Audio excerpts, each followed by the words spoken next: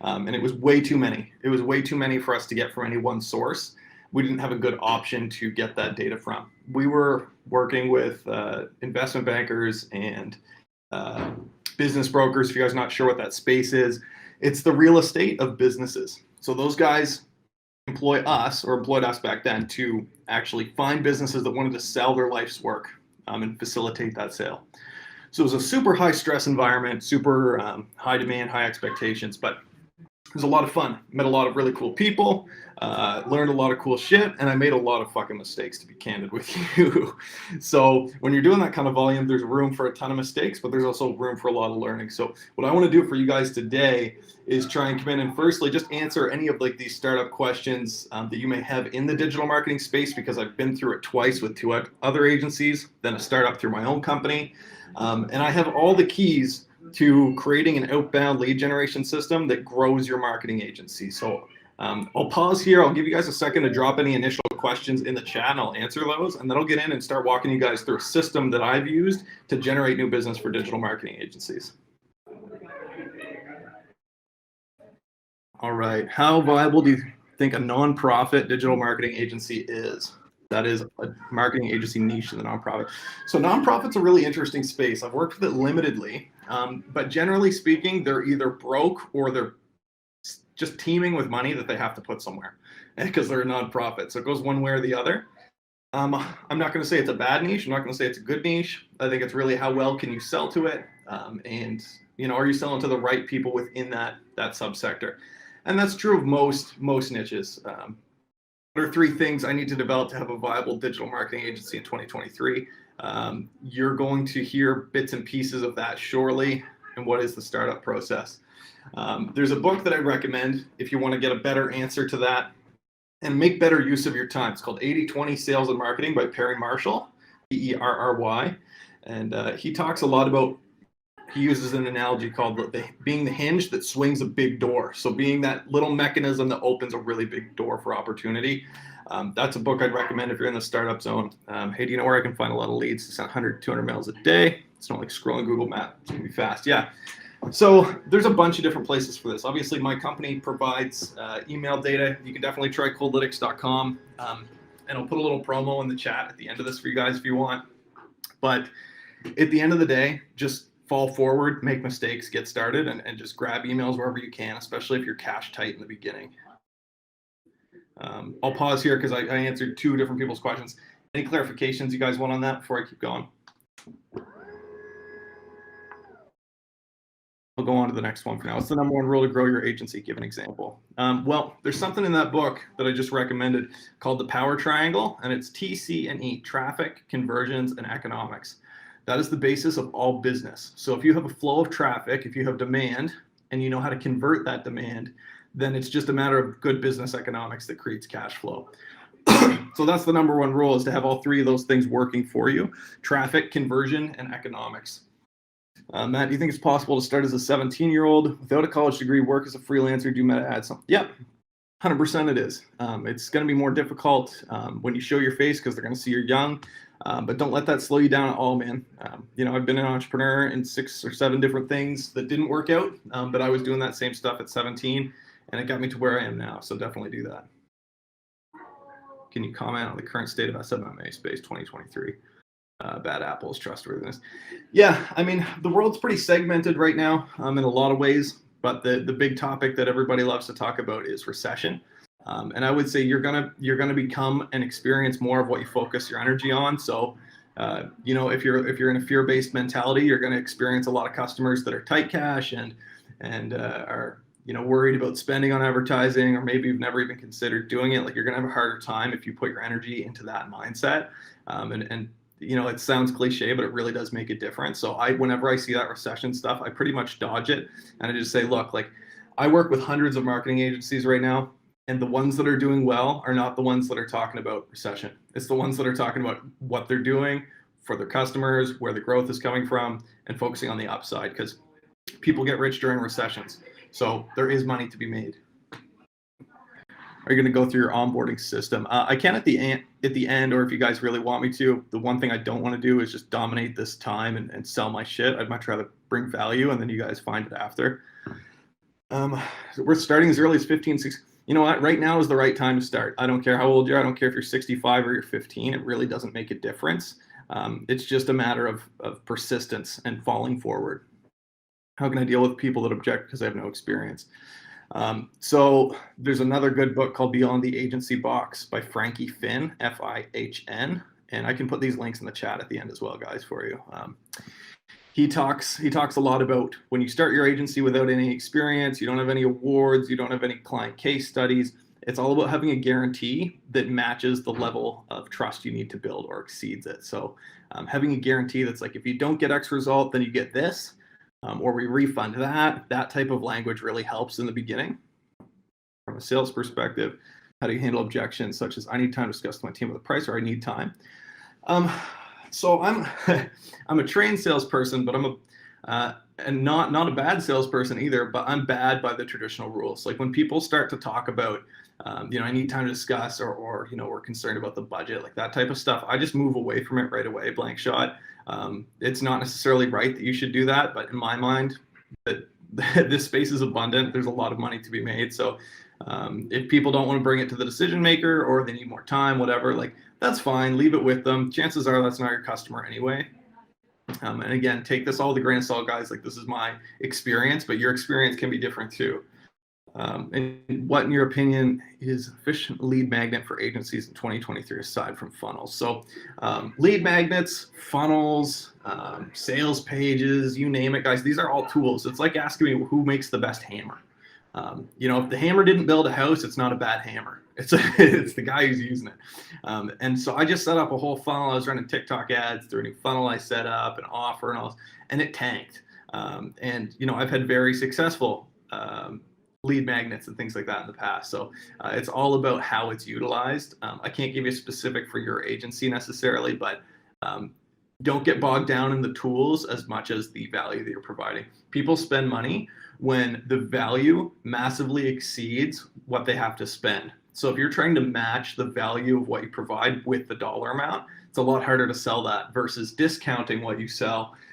Not discounting yourself, like still setting your prices large enough, but by bringing so much value to the table for somebody that it's an easy yes. What is recession? Recession is a time of economic downturn when, generally speaking, people are struggling. That's my quick answer. What else we got here, guys? Ask questions wisely. Yeah. Okay.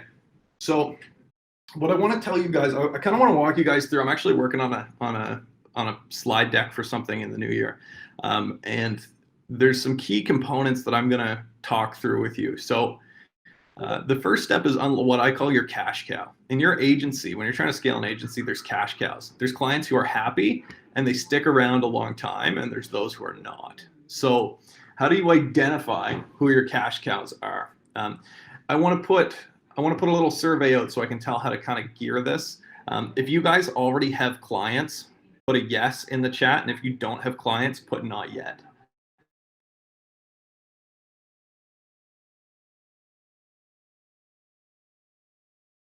Okay, so we've got a mix. We're about 50-50. Yeah, okay. So I'll quickly touch on if you don't have your first customer yet, because that part's probably the most confusing part of any business. When you've never sold what you're trying to sell, you don't know what to fix. You don't know what's broken or isn't broken, and it's kind of confusing. It can be defeating at times. So just quickly, guys, for those of you who are in that really early startup phase, just focus on providing massive value in exchange for your offer, and pair it with a guarantee that if you don't deliver on what you're saying and make it measurable, then it's not going to cost them anything. Like that's the easiest way for somebody to say yes. If you came to me and said, Matt, I'm going to sign up 5 new people to Coldlytics today. If I don't, you don't have to pay me. If you do, I want $500. I'd say, sure. You know what I mean? Like it's kind of a no-brainer offer. It's like, yeah, I know my lifetime value is worth more than that on the clients. So sure, if you want to sign 5 people up, I'll pay you. If you don't, it's no skin off my back. For those of you that do have agency clients, and this is going to help you guys a lot too. I'm going to ignore some questions for a little bit so I can kind of provide a lot of value for everybody all at the same time, not just the individual questions.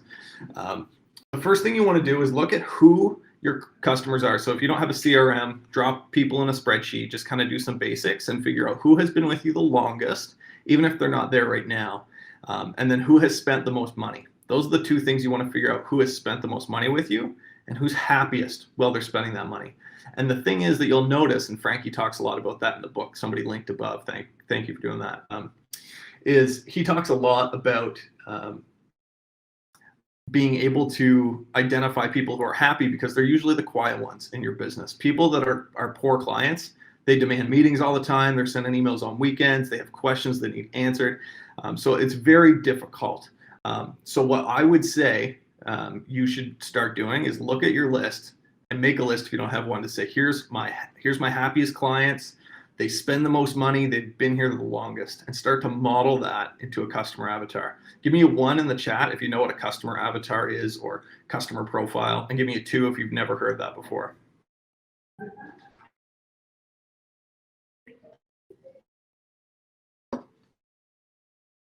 Okay, so just quick, guys, I won't go into this too deep because there's a ton of free content out there. You can write this down to go look it up, like how to make a customer avatar. But a customer avatar is modeling the person that's going to spend money.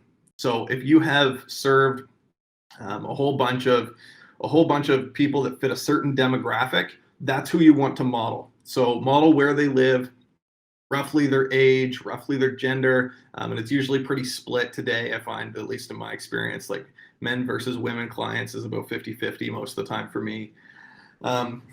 That's what you're doing. You need to try and write down and be as specific as you can in identifying who these people are, because what you're going to do after that is you're going to go out and find potential people that match that customer profile and try and turn that into business. Because what you have, when you have a picture, a fictitious picture of the person who's happy spending money with you, you can take examples without identifying those clients that you have, or you can even get their permission and use them in a case study and say, look, I have worked with X other people in X industry, and we have produced X, Y, and Z for them time and time again, and we're still doing it. And we want to do it for you too, because we don't have anybody in Miami. We've got New Jersey, we've got New York, but anything below that, we don't have any clients there right now. So we'd like to work with you.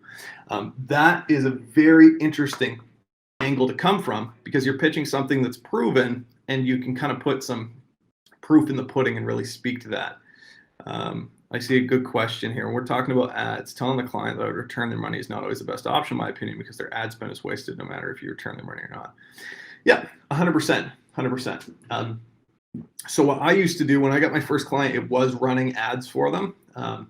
I would guarantee that if they didn't get so many meeting bookings or whatever it was, then I wouldn't charge them for my service. Obviously, their credit card was the one connected to the ad spend, but they were going to get my services free of charge if I didn't get them like 15 in a month or whatever the number was at the time.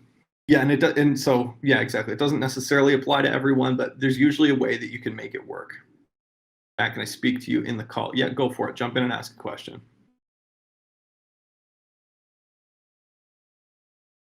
Just raise your hand there so we can get you up there. And is everybody with me so far? Are you guys okay on the customer avatar? Do you kind of know what I mean now when I say that? Let me know. Hey Matt, can you hear me?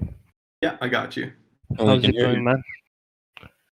Yep, go right ahead. I can hear you. Great, man. So would you mind telling me about yourself? Like, how did you come up with Coldlytics, and how did you, get an idea?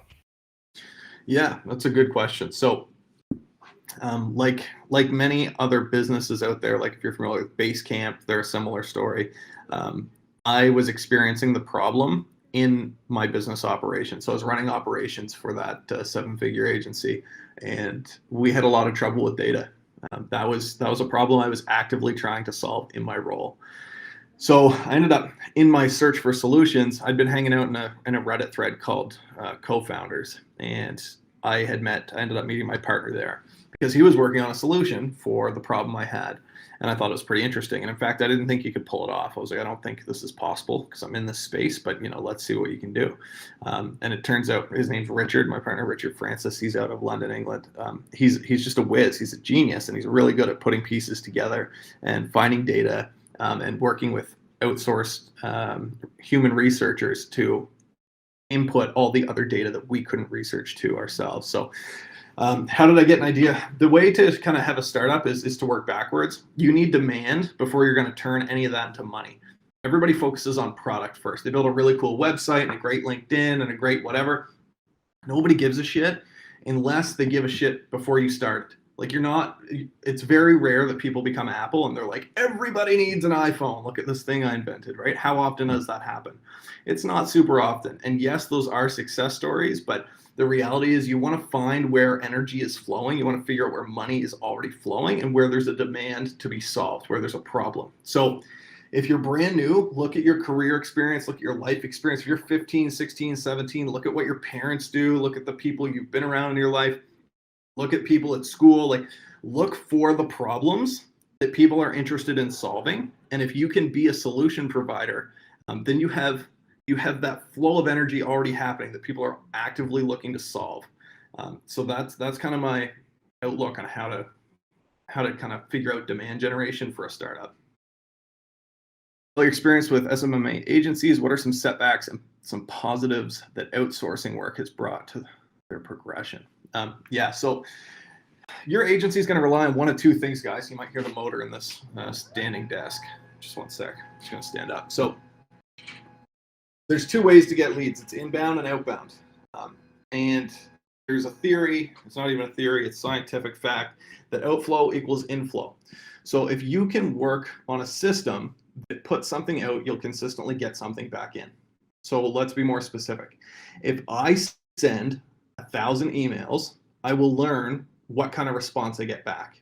And if I change that and try it again with another 1,000 to the exact same audience, I'll begin to learn to improve what I get back when I put that action out there into the world. So when you send out a bunch of emails or you make a bunch of phone calls or cold calls, you'll start to improve on your process and you'll need to iterate on it until you start to determine what's going to work with your customer avatar. And this is why your customer avatar is so important, because if you don't have a customer avatar and you're trying to sell to everybody and you're being generic, it's going to take you significantly more time to learn what is going to sell your agency service, because you don't actually serve anybody, you serve everybody. And everybody thinks it's not for them as a result. So I'm a big fan of niching down and being specific, not just like, we do PPC ads. It's like, no. We do PPC ads for HVAC companies in North America. Like something that's tangible so they can kind of hear about it and then kind of sink their teeth into it and say, yes, this identifies with me. And that me is the customer avatar. Cresting this image, what people are targeting like, and when, yes, yeah. What ratio of ROAS would be good having to pitch and creating? So I would say this: ROAS is a marketing term, but to our clients, it doesn't mean shit. That said, there are certain cases when that's not true. But for the most part, when you start talking marketing lingo to people that aren't necessarily on that same level of understanding as you, they can start to grasp the concept, but it's often a little bit too intangible for them to really say like, okay, I get that they're saying this, but where's the proof? So it's not so much what you promise as a ROAS. Like if you can promise any return, I'm interested in any return on my money. As long as it's a good one and it's better than other options, I'm going to spend money on getting a return, right? Who doesn't want to turn $1 into $5? People want a specialist, not a generalist. Should I learn to do the service of delivery myself or outsource it? So initially, you want to do it yourself. And I would recommend working at a marketing agency and maybe quietly doing this in a separate niche that's not conflicting in the background, because you're going to learn way more from watching professionals who have made all the mistakes and have proven systems than you are trying to figure it out yourself. Now, do you have to do that? Absolutely not. But I've learned a lot by working directly underneath some CEOs and very smart people that have kind of shadowed them. So initially, I would recommend learning how to do things yourself. So that way, when you can outsource it and manage it, you know what you're outsourcing and managing and how that's supposed to translate. So if you guys want me to go into kind of the inbound versus outbound and how to generate lead flow, I'll continue doing that. Just put yes in the chat or put questions if you want to keep doing questions. All right.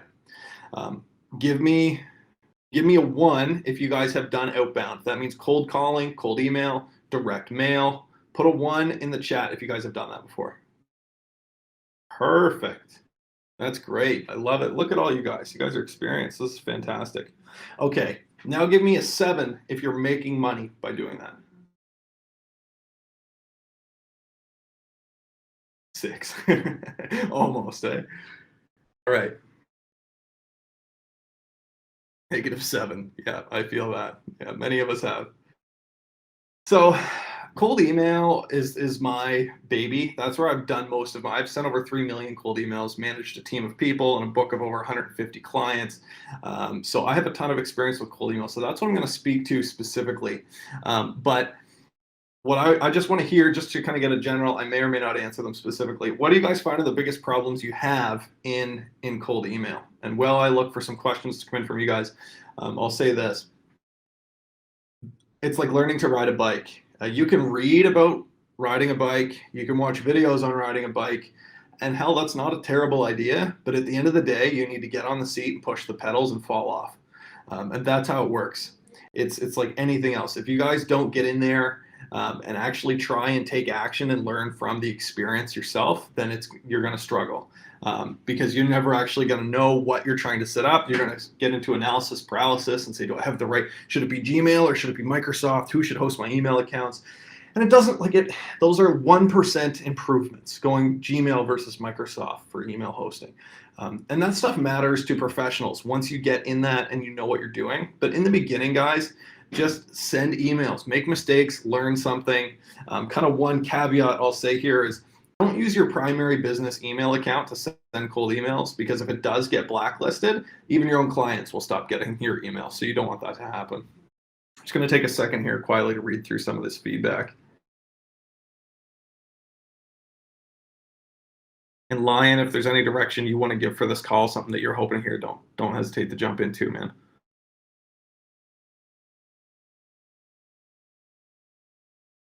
So 16-year-old, for the young guys here in this group, like, listen to the podcast, read the agency books. There's one of our partners, his name is Josh Nelson. He put a book out called The 7-Figure Agency. That's a great book to read for starting up when you're like, I don't think I'm going to get hired by an agency at this age, but I still want to learn. There's most of these agency coaches have put out a ton of free material on YouTube as well, if you're not much of a reader. But I used to hate reading. And that first job I got out of college, he said, listen, if you guys read books, we're going to give you gift cards. And I was like, all right, fuck yeah, give me gift cards. I'll read books. So I started listening to a bunch of audiobooks so I get some free money. And in the process, I said, I don't even need the money anymore. Like, this is helping me so much. Eventually I started my own business because of the things I was learning out of books. So don't underestimate that. I know books aren't super sexy, but people put their life's work and education and training into a book for you to benefit from.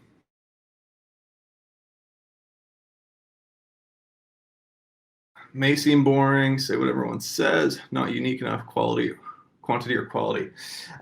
Initially, I would say quantity initially, and that's a very, very fine line. It's better to take a bunch of action and learn from it than it is to send 1 or 2 quality emails. That said, once you've jumped in, you sent a bunch of emails, you got your email blacklisted, you made a bunch of mistakes, pissed off a few people, that's when you start to say, okay, so this is not going to help me, or it is, and you start to learn that way. But zero in, really focus on sending some better quality emails, because the power of a cold email can be life-changing. It can take one email to lead to one client, right? That's a 1-to-1 conversion ratio. If you had the right email, you had the right person, you had the right pitch and offer, and they need that service, then that can convert to business with a single email. And that's how it happens.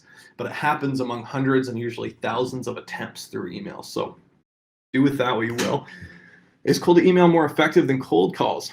I would say, are you a more effective person on the phone or by writing?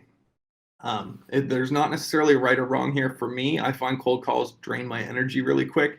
Depends on my mood. Sometimes it's fun, but for the most part, it's not for me. So I prefer cold email.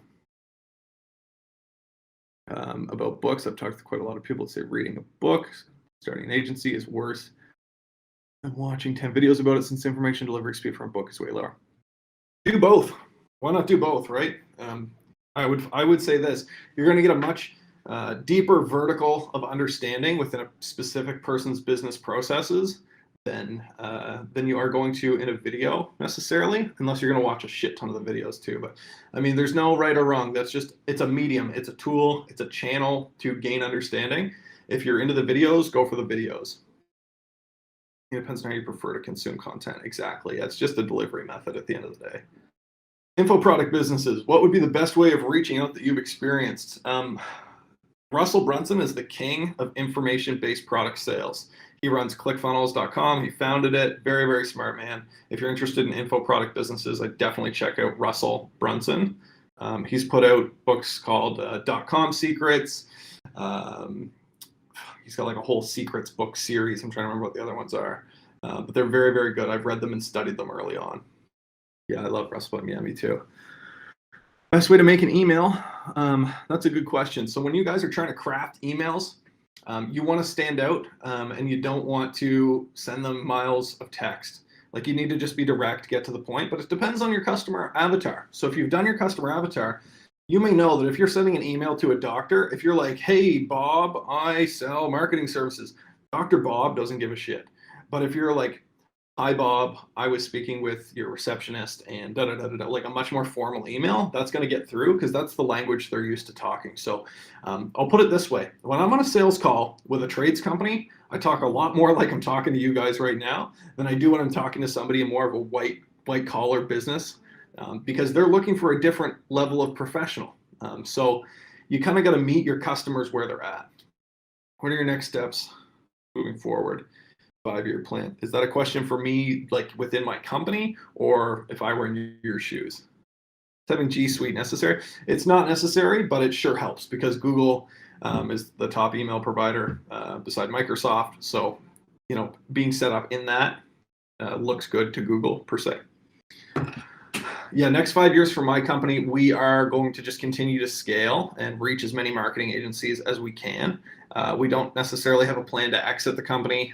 We're still in kind of that early phase for us. It's not a beta product. It is a full product, but we are working on a massive revamp of the product this year. And I try to take things a year and a day at a time. I mean, ultimately the goal is to grow. And there's a lot of merit for having a more specific goal than I can give you right now. I'll say that much. I'm not going to edit that copy because will dominate the call if we start going through copy like that, guys. Get that from Iman. See, yeah, he's really good.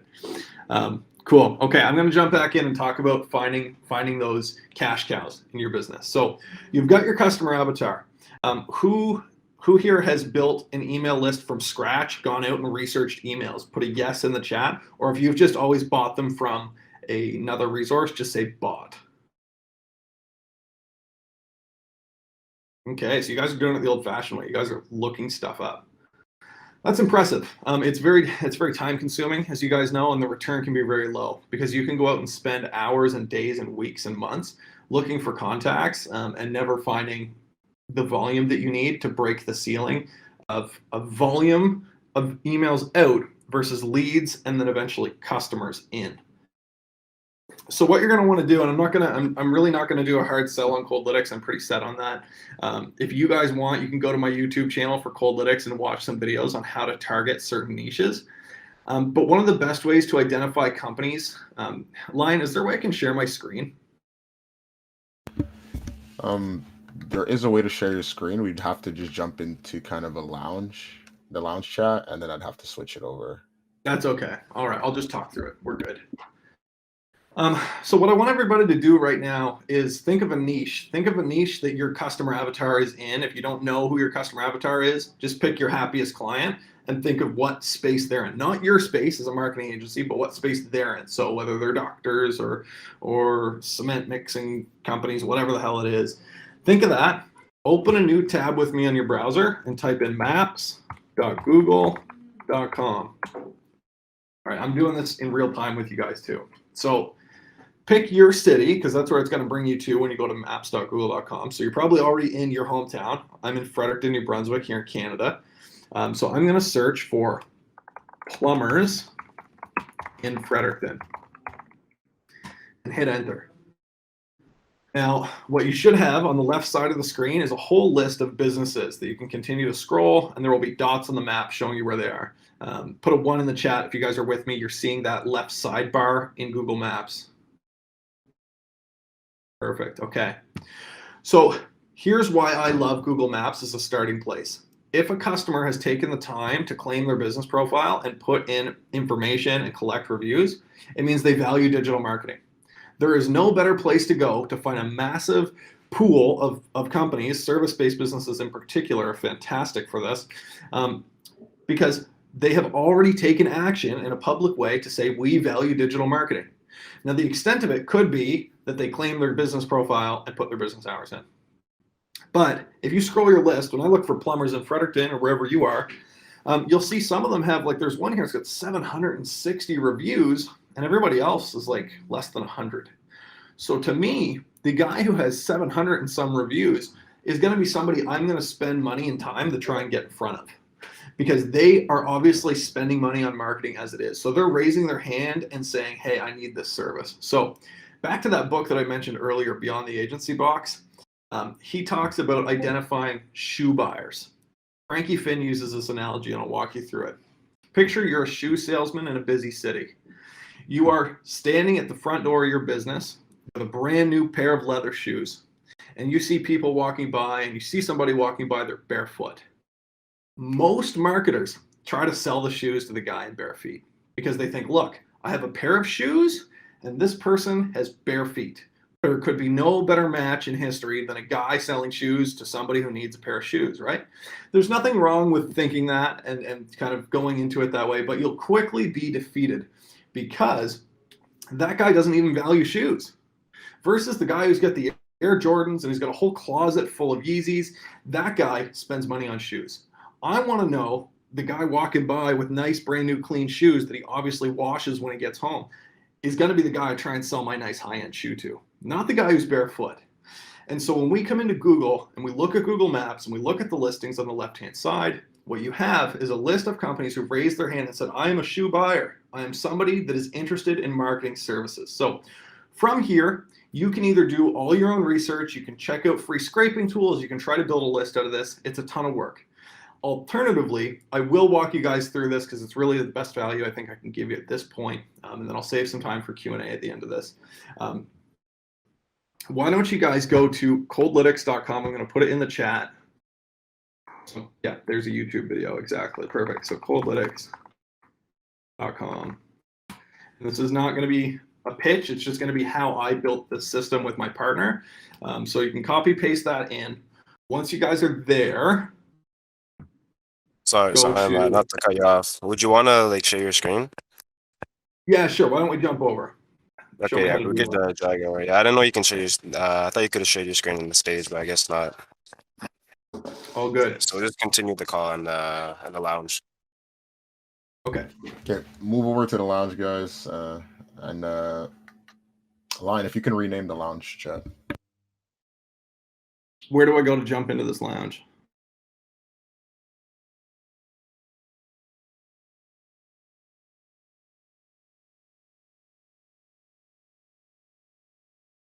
Okay, perfect.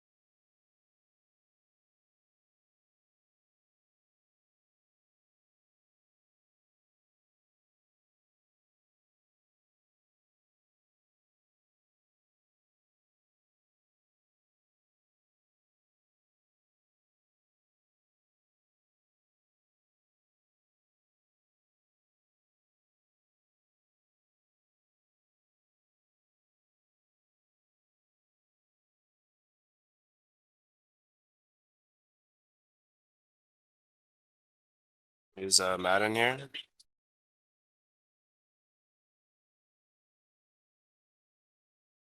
I think there might be a limit on how many people can be in an actual voice. So let's see. No, the limit's 99. Yeah.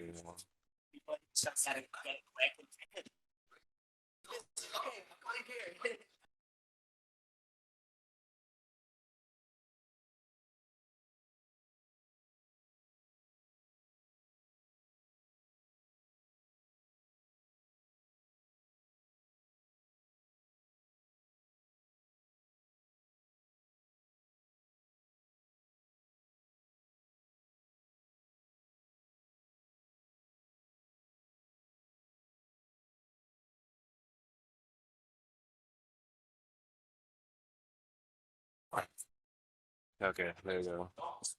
Is it good, Matt? Your mic's muted, Matt.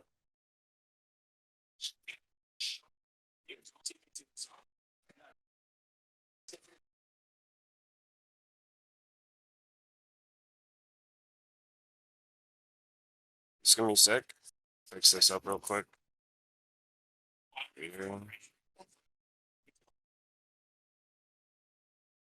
Um,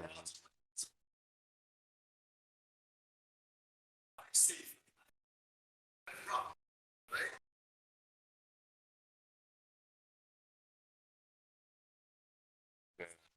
I'm not there. Your mic's muted, Matt. I'm not too sure if you can. Maybe try jumping in and out.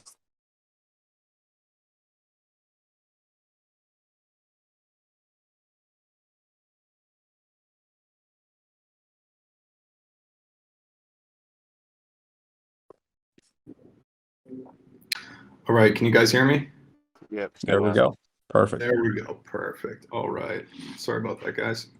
Yes. Okay. I'm about to hop in a meeting, so I'll be right back. Perfect. Okay, guys, so I'm going to quickly walk you through how to get a list using Coldlytics, and I'm going to put a code in the chat for you guys afterwards as well if you do want to try it out. So I'm going to go ahead and log in, and make sure you've got that other tab open. Looks like I shared just one screen, so one sec. I'll see if I can share my entire window.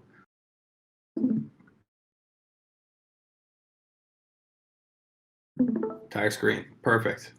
Okay, guys, so under the Google Maps link that you got, go ahead, copy that link, bring it over to Coldlytics. And once you're in your free account, there's probably a prompt for a $1 trial of 25 leads. And it's a 7-day trial. So you can do that if you want. I will give you guys a promo code at the end. Actually, shit, why don't I do that right now? One sec. I'm going to stop sharing. I'm going to give you guys a promo so you guys can try this out for free. Let's go. Just going to generate a unique code for you guys really quick. This is going to make your lives a lot easier. The reason we do a $1 trial is because we had a bunch of spam come through and people were abusing the system. And we actually have human researchers that get paid to do the research on the back end. So it's got to make sense. You can't get scammed on it. Promo codes. Here we go. All right, we're going to do 5 AMA.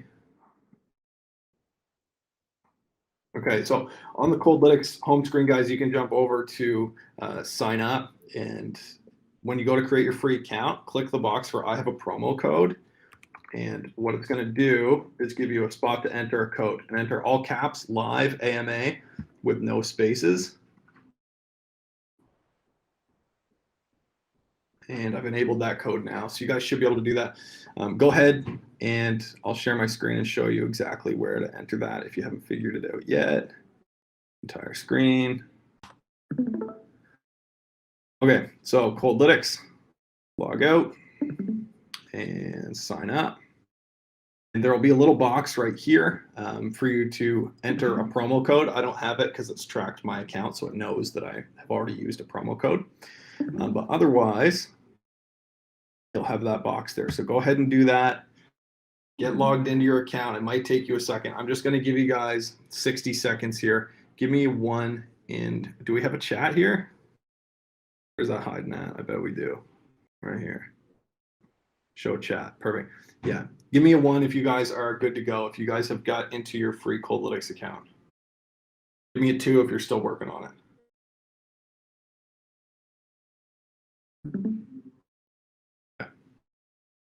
You guys a second here.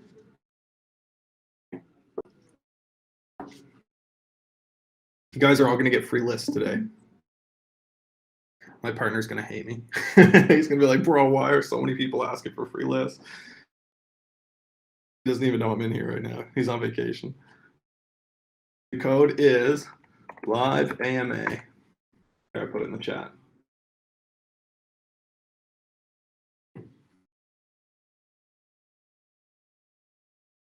Thanks for jumping in and listening to this and doing this with me, guys. I mean, I know your time's valuable too, and it's close to Christmas and there's shit to do, so I appreciate you guys being here.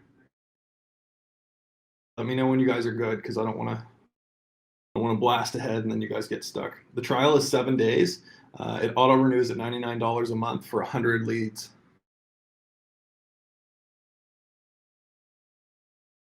What I usually say, because I know we have a lot of beginners in here, that's a lot of money, especially in the beginning. And we are a premium service provider because we've done our best to perfect this system. So if you're like, Matt, that's so far out of reach for me right now, that's totally okay. You can still walk through, you can still get the free list from us, and you'll at least kind of gain some experience on what the high end of the market product looks like. And if you need to, just work with cheaper data sources in the meantime, that's totally okay. Give me a 1 if you've made it into your free Coldlytics account now.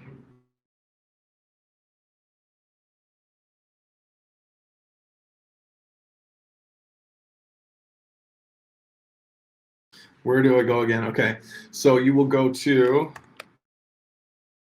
coldlytics.com, and then you're going to click on sign up in the top right corner or get started today. Check the box for I have a promo code, and then enter live AMA like that. And then you'll sign up from there. It'll email you a code to get registered in. It's going to be way easier for you guys to take value out of this if I do give you a second to do this part than it is for me just to show you. I guarantee you probably won't remember it later. Give me 1s, guys, if you've got in, because I know there's a whole bunch of people here trying to figure this out. Awesome. Great. Very good. Okay. All right. I'm going to move along here, guys. If you're good with that, we'll keep going. So once you're in your Coldlytics account, you've already identified a pool of potential businesses that might be of interest to you because they have Google business profiles that are active. You're going to come back into Coldlytics and you're going to click on New at the top. Your interface will look like this once you have created lists. In the beginning, there's nothing here, and it just shows you the promo for the free trial.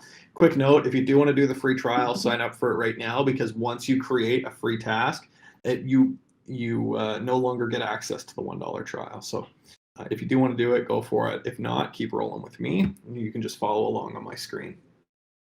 So we're setting up the targeting here. The first things first is how many leads are we looking for? It'll default to the max amount that's in your account initially. So you've got 25 credits in your account. That's 25 leads. And the maximum contacts per company. If you guys were emailing Fortune 500s, try and get through to 4 or 5 people, because there's 4 or 5 decision makers that can say yes in a Fortune 500. But in small business, it's almost always the owner that's going to call the end shots on advertising spend. So typically, this is going to be 1 contact per company that we find for you. You can come down here, and the most popular thing people are going to want is seniority level. Let's click this and go owners and founders, and directors and executives. If we can't find the owner or founder, we'll find you a director or an executive on the team. Or if you're like, man, I'm only going to talk to owners, that's great. You can just leave it like that.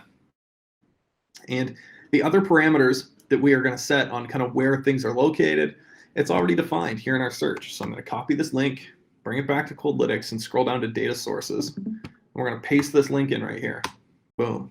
Okay. So I'm going to jump back to the chat, see what I've missed.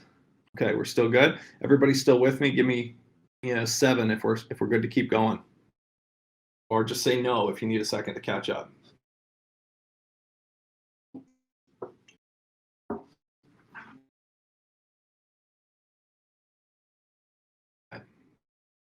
Recording this, no need. Okay, good to know. Okay.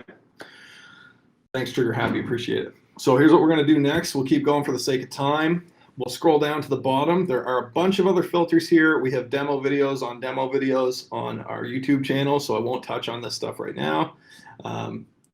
but we've got our data point selected and it can't be less than 1. That's my error. Okay, 25.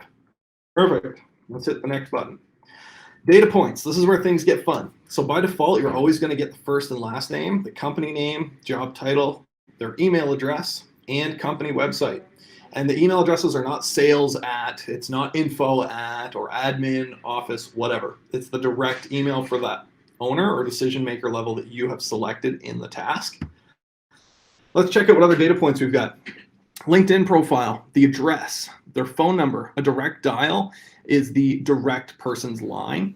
We can provide that if you're cold calling. It's the only data point we charge an extra credit for because it does it does require an extra research process on our part pretty significantly.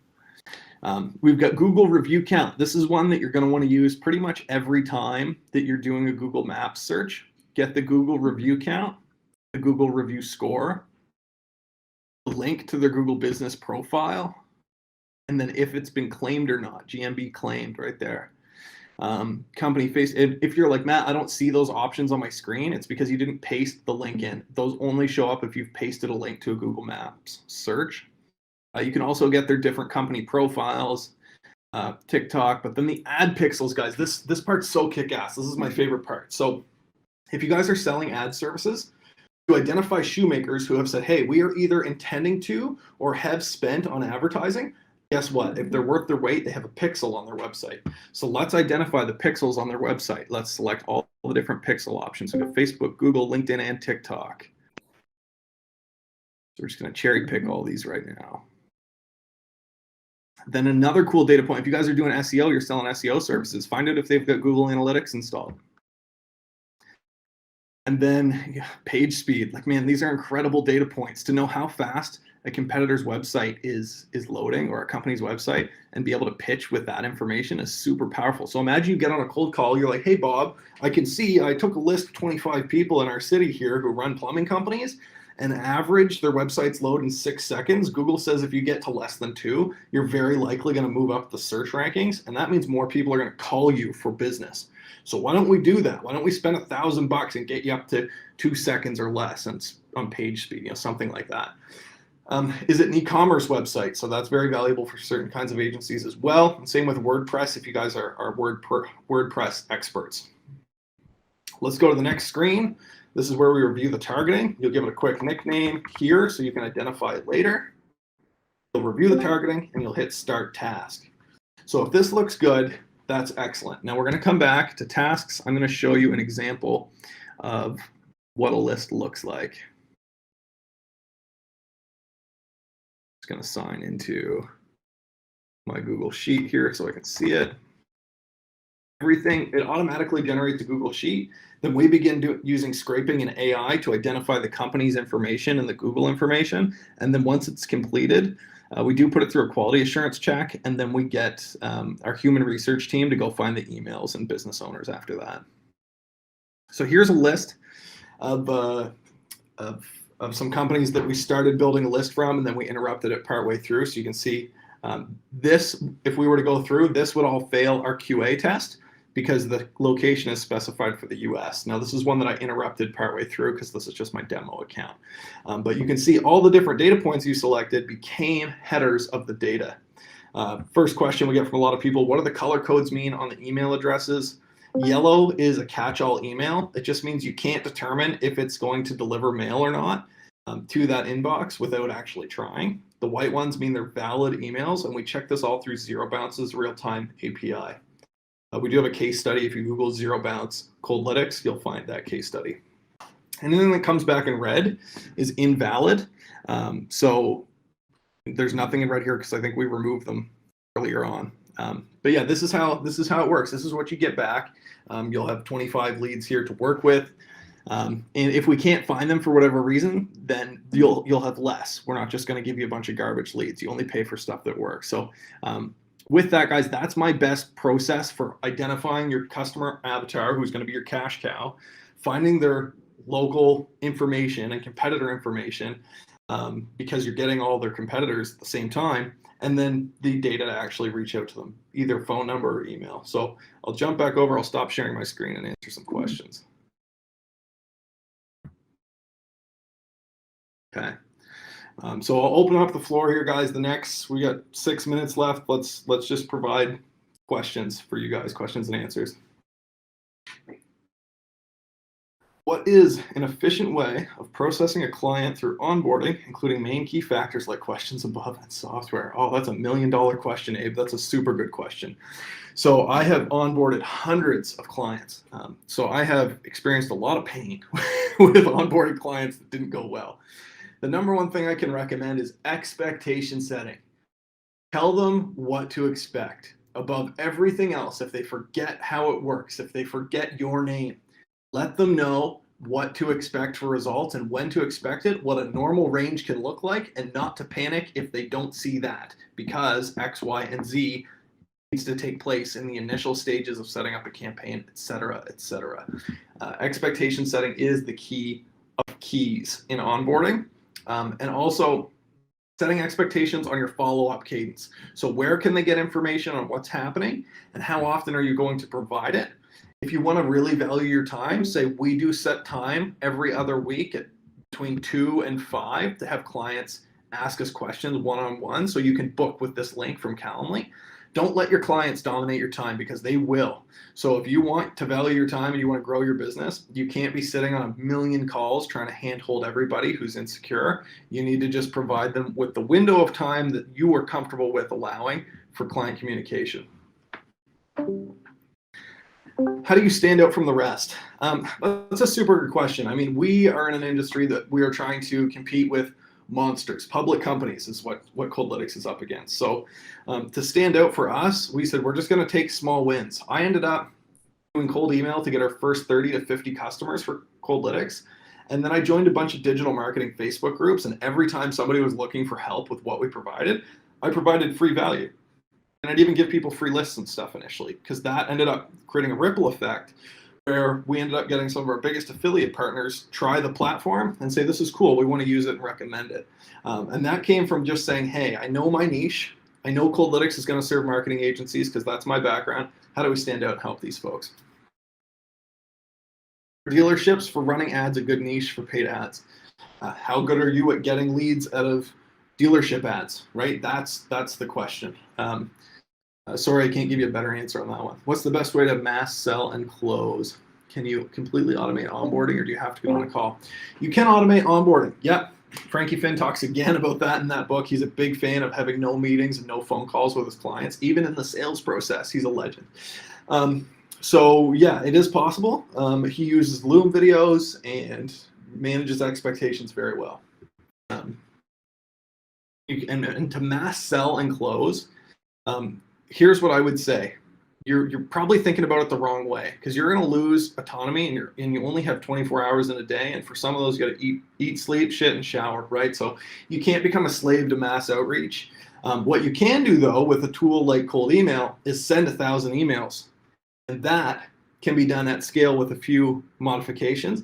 And so those are little efficiencies that you can gain. I won't spend more time on that, because fundamentally, there isn't necessarily a right or wrong answer there. Would you personally outreach to a small or large nonprofit? Guarantees, pretty much. Here's the thing, nonprofits exist for a cause, right? So if you can get in front of them and prove that you care about that cause and that you want to help them out, like we actually had a nonprofit client early on that we gave a free list to, and then I think they signed up and tried it out because I cared about the cause. I was like, listen, like I appreciate what you guys are doing, and I want to be a part of that solution, so I'm going to give you 100 free leads. And if you guys want more after that, then fantastic. If not, so be it. Does every niche suck? If so, do you just make the niche better? No, not every niche sucks. How would you personally outreach to a small large profit? How much do you charge as a beginner? Super good question. In the beginning, charge less than what your service is worth. Like the value proposition is what I'm describing, guys. The value of how much money you have to spend to get an outcome is the ticket. So picture Costco or Walmart, right? Costco is super good at bundling bigger things or small things together. So you end up buying like 30 granola bars for $10 instead of having to spend $20 to buy 30 granola bars in individual boxes. So if you were to put those two granola bar boxes side by side, you say this one's $2.95 and this one's $10. Why the fuck would I spend $10 on granola bars when I can buy them for $3? Oh wait, this one's got 30 and this one's got 4. So obviously I'm going to spend $10. And so it stops becoming about the money and it starts to become about the value. And if the value isn't measurable and you can't tie it back to hard, tangible metrics or numbers, then people are going to have an awful hard time saying yes, because people never buy uncertainty. People buy certainty. So if you can provide fixed promises or fixed outcomes, again, you got to be careful with this because you can't necessarily promise leads, right? So you don't want to promise ad spend, because if you don't get the right number of leads, then you're out all that money yourself. But you can promise that, hey, if I don't reach this metric, then I'll cut my fees in half or something like that. What is a good churn rate for an agency? Ooh, that's a tough one. For long-term business brokerage in due time. So obviously less churn is better. It depends. You should look up industry metrics for your specific industry. But generally speaking, guys, I would say you want to try to keep it less than 20% month over month. That was just in my past experience. What happened if the client asked for a case study, but you're a beginner with no case study? I would be candid with them. I would be candid and say, look, we actually don't have a case study yet because we've just opened this company, and all the past experience I have is under, non-disclosure, or I can't talk about it because these are from past companies, so I can't really give you that. But what I can give you is certainty in the fact that I promised this outcome, and if it doesn't happen, here's what you get, or here's the benefit. So either way, you're not going to lose. It's a positive thing. We're taking $1, turning it into 5 with ads or whatever it is. Yes, I want to help social movements get more resources and networking. We do DM for Afrocentric nonprofits in Philadelphia. That sounds niche. That is very niche. That's awesome. Yeah. So show up, like be a person. If they have conventions, they have events, try and get out there and try and provide free value for them. Do anything you can. Josh Nelson has a really good program. It is $10,000 to get into, but it's worth every penny. That said, guys, a ton of his free stuff is on YouTube and on his website. And he talks a lot about building authority in the beginning of your agency and specifically in your niche. Do you personally know how to mass email without getting into spam? Yeah, warming up the email is a key part. There's other technical things like SPF, DKIM, different technical things that you need to set up. And you can Google all this stuff, but fundamentally, the best thing that I would recommend is setting up multiple Gmail accounts and sending less than 50 emails per day, scaling that up from 5 the first day and maybe 40 by the end of the first month, and kind of go that path. But these metrics and these approaches are always changing. Warm-up email, what should a beginner focus on before anything? Make sure you can provide value. It's one thing to build a system to generate business and sell, but if you don't have a product that you can fulfill on the back end very well, you're going to lose all your business anyway. So that's why I encourage people to go out, work in an agency if you can, or learn from professionals, like pay to learn from professionals, because you're going to learn processes and systems that you can repeat for yourself and make money on. If you don't, then it's just a guessing game and you're going to hurt your reputation probably in the process. What do you do when the client makes the objection? They already have someone doing it. That's great. That's awesome. Hey, that's what I would hope for a business, that they already have money being spent on marketing. And here's what we do. This is again from Frankie Finn. We provide X, Y, and Z review services, and these things actually add on to what you're doing already. So you guys don't actually have to do anything different with that current provider. We think you should stay with them probably. And we're going to show you 2 or 3 things we can do that add value on top of what's already working.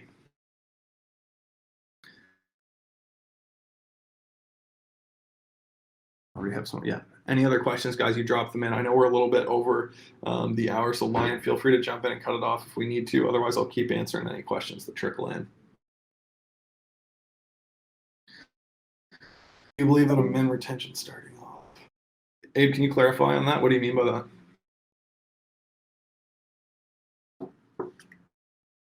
A YouTube channel, I recommend. Yeah, you can just go to YouTube, search up Coldlytics. We do have a channel there. Also look up Frankie Finn, look up Samuel Darby. I'll put that one in here. He's awesome. I'll put the other names in here too. And Josh Nelson. all fantastic people that you can just Google their name and you will find information. Sam specifically on YouTube, but Frankie, you should be able to find through Google, and same with Josh Nelson. Josh Nelson has a great community for startups in the digital marketing space called Digital Marketing Agency Success. That's the free group with over 10,000 other agencies like you guys in it on Facebook. When you first started off, how long did it take before you started to see success? Honestly, when I started, I was doing a whole fake it till you make it thing. I'd figured out ClickFunnels and how to make a funnel, and I understood the concepts, but I'd never actually done them.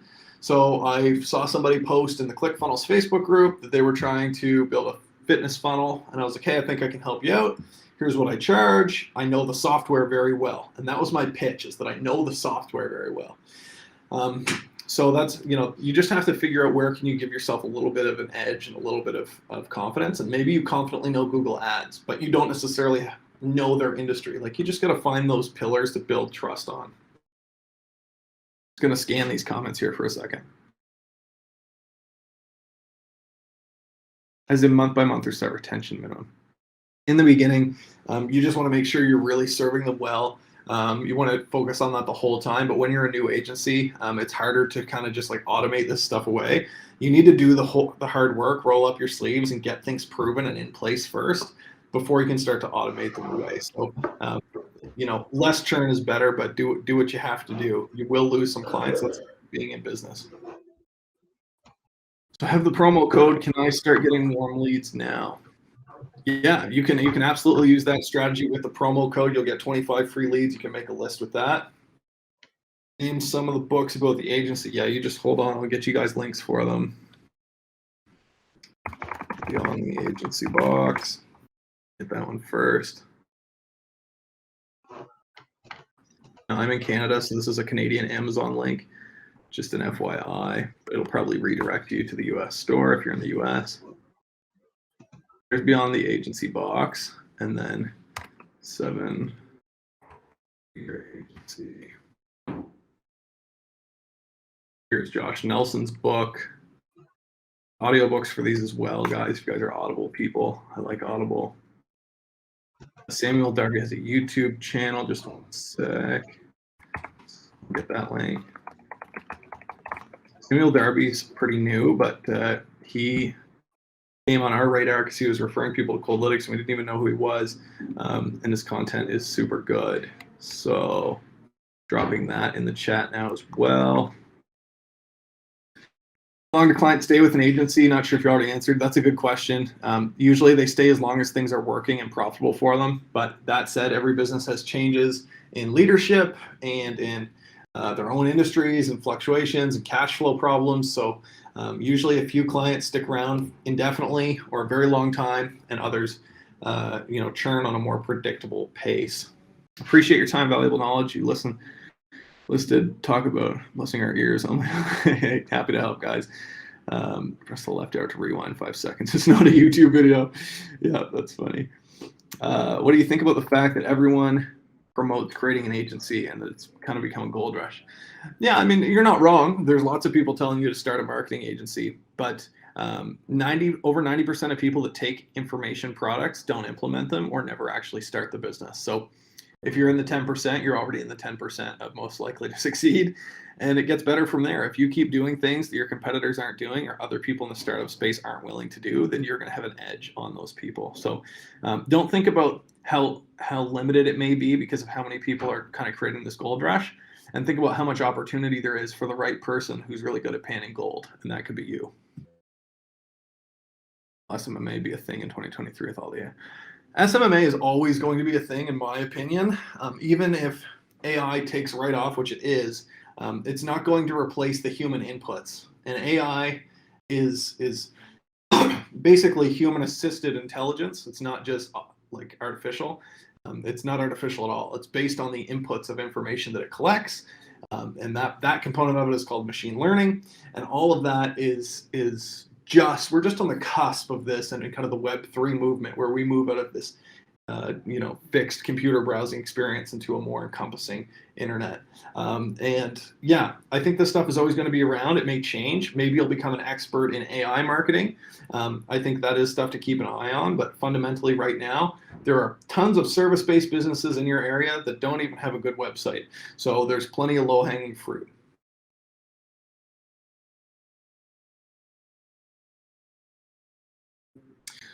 Any more questions here, guys? I see some people typing. I'll let you guys put those in. Happy to help, man.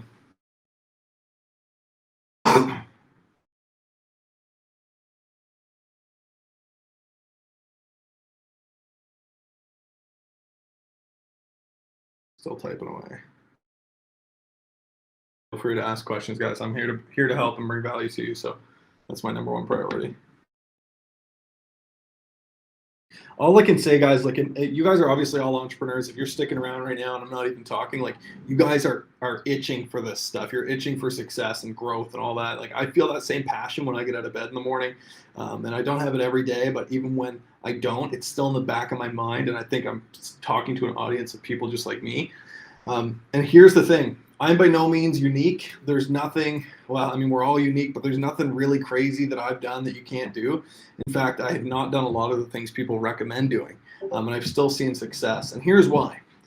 I can call back as long as I can remember, and I've been trying to sell stuff my whole life. I've always been like a buy, sell, flip guy.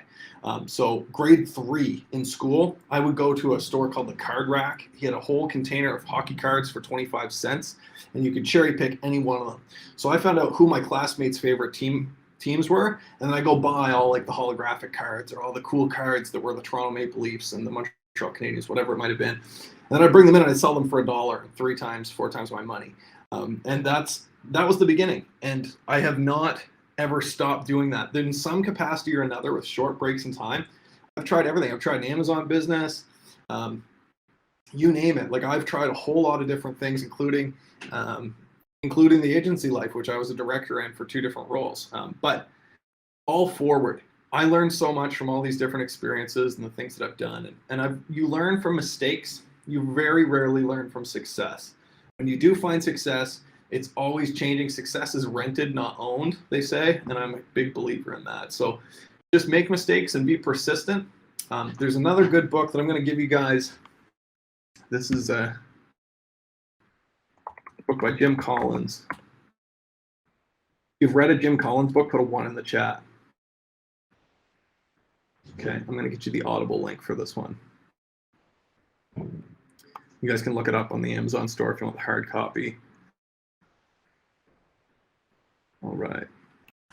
Perfect. So Jim Collins put out a book called Good to Great, and he talks about what made great companies as great as they were. And his criteria to define a great company were companies that outperformed the market by 3 times over a course of 15 years. Minimum of 3 times outperformed public stocks, public companies by 3 times over 15 years. So that's a huge period of time that he studied.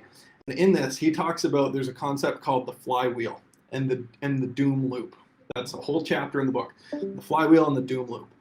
And what the flywheel is the motion in a business. If you can slowly push, picture a flywheel on the engine if you're technically inclined, or all that it does, it's a giant, giant heavy disc in some big machinery.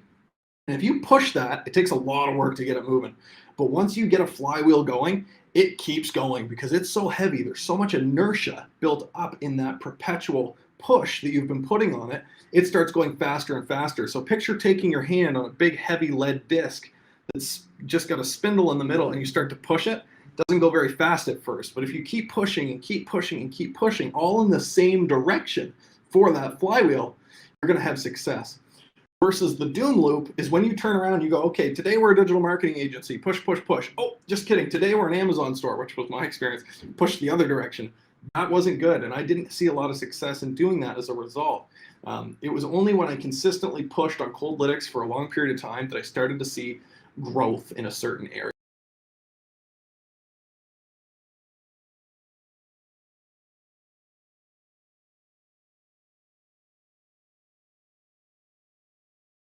Book. TikTok ads for lead generation. TikTok is killer for e-commerce. If you have e-commerce clients, it can be very valuable. There's a guy named Arjun. Here, I'll put a link to his LinkedIn. Just 1 second. He's really good at TikTok ads. He has a TikTok ad agency. That's not what they started doing, but it's something that they currently do. It's called Megaphone Marketing. They're in LA and Australia. He's a client of Coldlytics, which is how we met. I just spent $750 on TikTok actually ads, and my results were inconclusive because I was basically trying to scale a strategy that didn't work organically. So I don't know why I expected it to work in a paid channel either. But I got $750 worth of experience in the platform and trying it out, and I got a shit ton of clicks, but people didn't end up converting on the other end. One thing with paid strategies, guys, that's a good rule of thumb, is take something that's worked organically and then put money behind it in a paid ecosystem to perpetuate it.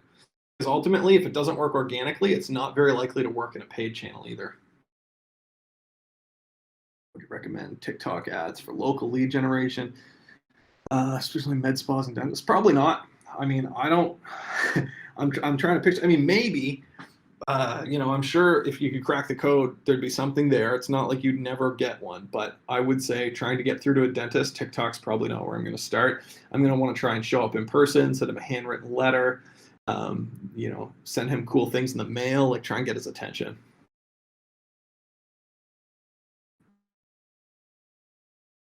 We'll do 5 more minutes, guys, and then I'm going to jump out. We'll wrap it up here at 20 minutes after. It's possible to succeed with a white label SaaS selling text automation to business. Absolutely. So there is a company called GHL or Go High Level. I guess they just rebranded the High Level. 1 second. I'll get you guys a link to this. Some of you guys are like, oh, we know what this is. And it's fucking awesome. Okay, I'm going to give you guys a link to this. This is the backbone of many, many agencies, and they have a Facebook group you absolutely should be in. Basically, what High Level does is it helps you create automation and systems that you can repeat for all of your clients. So the most important point on how to sign your first client is to tell the client you have a guarantee on certain results. In my experience, that's what's helped. Yeah, because you can talk about product expertise and domain understanding and get along well with somebody, but if they're not certain that their money isn't going to be wasted, it's very unlikely that they're going to buy from you. I mean, think about the last time you thought something was a terrible purchase and then you bought it anyway, right? It doesn't happen very often. So you have to build trust and value in order to sell. And that's true from day one with your first client, and it becomes easier with the second, fifth, 10th client. Any other questions, guys? We have a few more minutes here. By the way, who's ever got that Andrew Not Tate, dude, I'm digging the cinnamon toast crunch.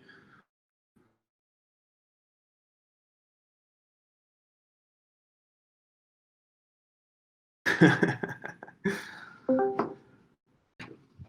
think it's a good offer for your first 2 clients, free service. Hey, I mean, listen, there's more than one way to skin a cat, for lack of a better expression. If you can sign them on, say, listen, I'm not going to charge you for the surface, but here's the deal. Once we hit this milestone, you give me a killer video case study where we walk through the process, I record it, and it's just used to help me sell to my next customers. Awesome, man. Why not, right? Like if you have the means and you can afford to do that in the background while you're working your other job or whatever it is, like that's a great way to get some credibility and an easy thing for somebody to say yes to.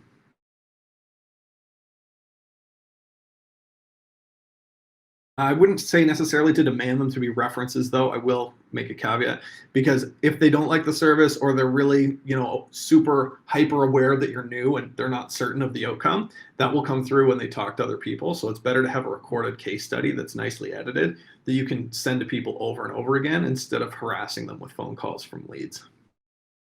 You can also connect Slack to GHL using Zapier to inform appointment setters when the lead becomes qualified during a follow. Yeah, GHL is killer for agencies. So Matt, I know we have a couple minutes left. Yeah. So I want to thank you once again for being here with us. I think you've provided the team and everybody who's a part of the growing server a wealth of knowledge. If there's one thing that you could do differently in your journey, what would that be? Solid question. Guys, if there's one thing that I could do differently, it would have been start learning sooner. I did shit in school. I barely graduated.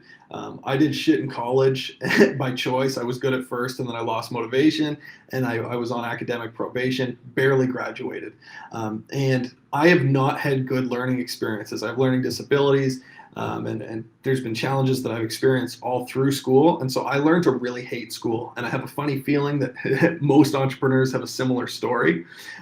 So by looking at that experience versus when I met that guy who said, "Hey, I'm going to pay you to read a book," that was a light bulb moment for me. That really changed everything because I have read stuff in books. Like I ended up reading a book that I got that job at the company called Outflow I told you about because I knew of a business operating system and a book called Scaling Up that I studied and read. Had I not done that, I wouldn't have got that job, would have never learned cold email, would have never sourced hundreds of thousands of contacts a month, and would have never started this company that works now. Because I read a damn book, right? It all goes back to that. So if I could pass one thing on to you guys that sticks, it's just start learning and never stop. It's going to pay dividends. And if I hadn't read the books I read, I wouldn't be where I am today. Hands down. So, well, guys, you've heard it here. Very, very good, valuable advice. We thank everybody for coming out. Stay tuned for some more events that we have coming up, and hope everybody gains some valuable insight on what this is, how it works, and how you can apply this to your agency. And thank you, Matt, for being here. Hope everybody has a great rest of the day. So appreciate you, Matt, coming through, man. It was great having you out here, man. Hope I can see you back in here. Try to get back in here, something like that. Absolutely. Yep. No, we can do this again in the future, guys. Thanks again for having me. Yeah, for sure, man. Yeah, you can plug in any of your socials or anything that you